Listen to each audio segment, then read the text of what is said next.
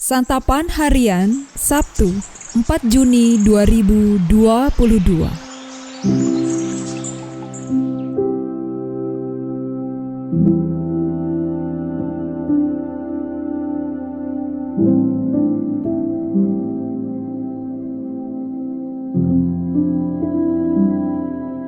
Inilah program Santapan Harian, sebuah program yang mengajak Anda menelusuri isi Alkitab, agar Anda menemukan makna firman Tuhan sesuai dengan konteksnya.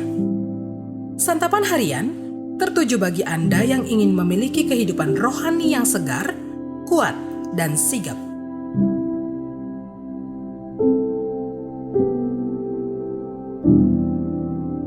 Hari ini kita akan membaca Yeremia pasalnya yang ke-49, ayatnya yang ke-23 hingga ayatnya yang ke-39.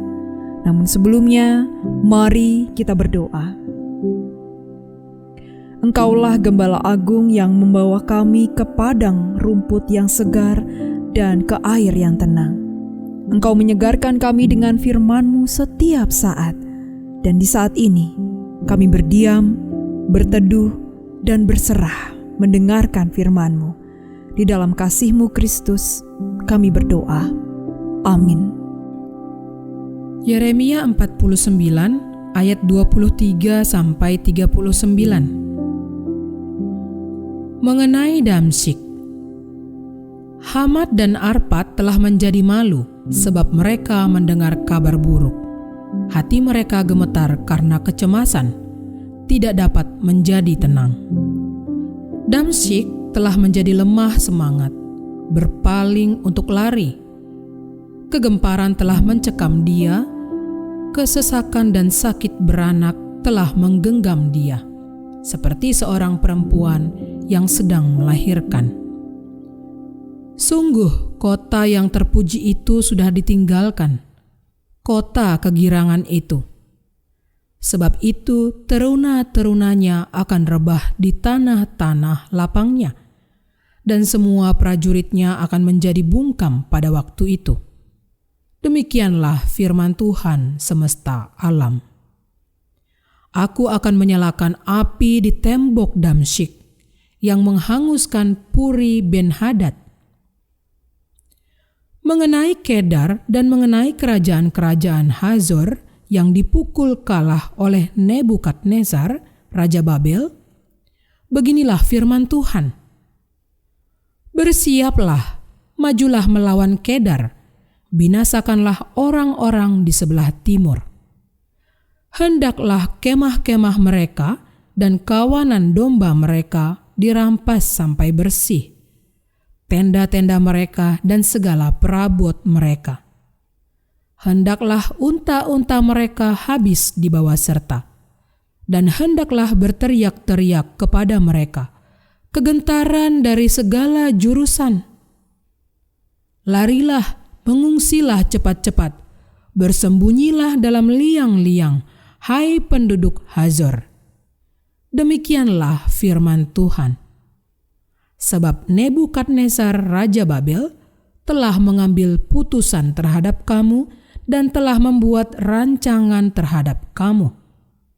Bersiaplah, majulah melawan bangsa yang hidup sentosa, yang diam dengan aman tentram. Demikianlah firman Tuhan. Dan yang tidak punya pintu gerbang atau palang, dan yang tinggal tersendiri.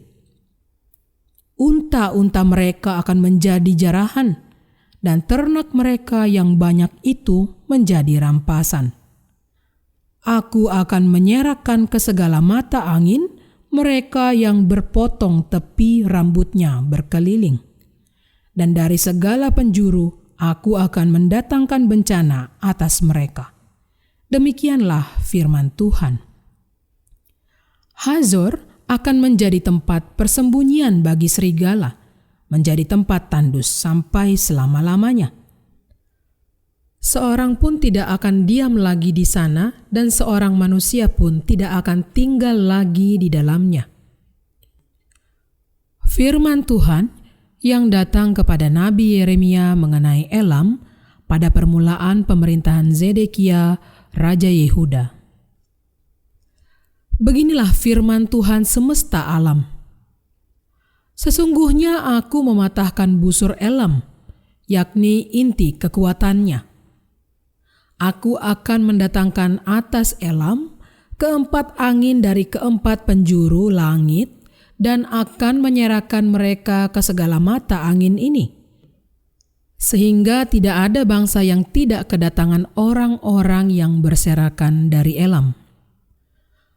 Aku akan membuat Elam terkejut di depan para musuhnya dan di depan orang-orang yang berusaha mencabut nyawanya. Aku akan mendatangkan atasnya malapetaka, yakni murkaku yang menyala-nyala.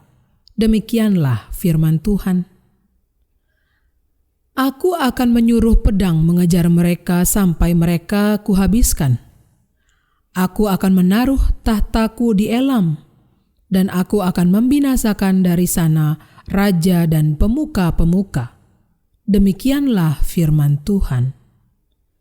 Tetapi di kemudian hari aku akan memulihkan keadaan Elam. Demikianlah firman Tuhan.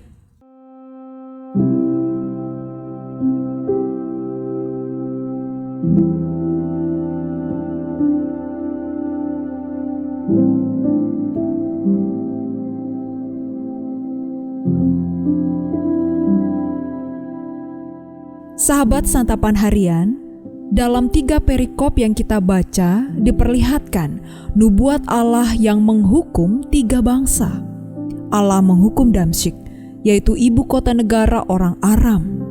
Kota yang terpuji dan penuh kegirangan akan hangus, dilalap api dan kosong. Kemakmuran bangsa Aram itu akan punah dalam sekejap. Dosa-dosa mereka bisa kita amati dari Amos pasal pertama, ayat ketiga hingga ayat yang kelima, yang menuliskan perbuatan orang Aram yang begitu kejam. Berikutnya, hukuman Allah datang kepada orang Kedar. Bangsa itu hidup sentosa dan aman, tetapi selalu menyendiri. Semua harta mereka akan dirampas dan tempat tinggal mereka akan menjadi tandus. Orang Kedar tidak mau tahu dengan orang-orang di sekeliling mereka. Sikap itu salah, karena sebagai makhluk sosial, manusia harus memiliki kepedulian terhadap orang lain.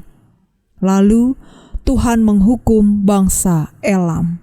Bangsa itu menyandarkan dirinya pada kekuatan senjata dan militernya. Akibat hukuman itu, orang Elam banyak terbunuh dan menjadi pelarian di berbagai negara. Namun dari ketiga bangsa yang Tuhan hukum, hanya Elam yang mendapat janji pemulihan Tuhan. Dari bacaan hari ini, kita melihat bahwa 3 bangsa telah Tuhan hukum dengan keras. Tidak ada satupun yang luput dari hukuman atas dosa. Tuhan berdaulat atas semua bangsa. Kita harus hidup dengan sadar bahwa Tuhan tidak bisa ditipu. Ia akan melihat semua dosa yang kita lakukan, bahkan yang tersembunyi sekalipun. Kita juga harus membuang sikap tidak peduli kepada orang lain. Jika tidak demikian, kita tidak akan dapat menjadi garam dan terang bagi orang lain. Kita juga harus membuang sikap menyandarkan diri pada hal-hal yang kita miliki, seperti kekayaan, kuasa, dan lain sebagainya. Jika ternyata hukuman itu sedang menimpa kita, ingatlah, Tuhan menghukum karena Tuhan mengasihi kita. Tuhan menghendaki supaya kita sungguh-sungguh bertobat dan hidup kembali dengan pimpinan Roh Kudus. Tuhan mempunyai rencana yang indah bagi setiap orang yang hidup dalam pertobatan yang sungguh-sungguh. Mari kita berdoa. Engkaulah Allah yang penuh kasih. Engkau memberi panggilan mulia kepada kami untuk peduli kepada sesama, untuk saling mengasihi dan menjadi penyalur berkat-Mu. Tuhan, inilah kami. Pakailah hidup kami sesuai dengan rencana-Mu, karena kami ingin senantiasa, ingin selalu hidup di dalam-Mu. Di dalam-Mu, ya Kristus Yesus, kami berserah. Amin.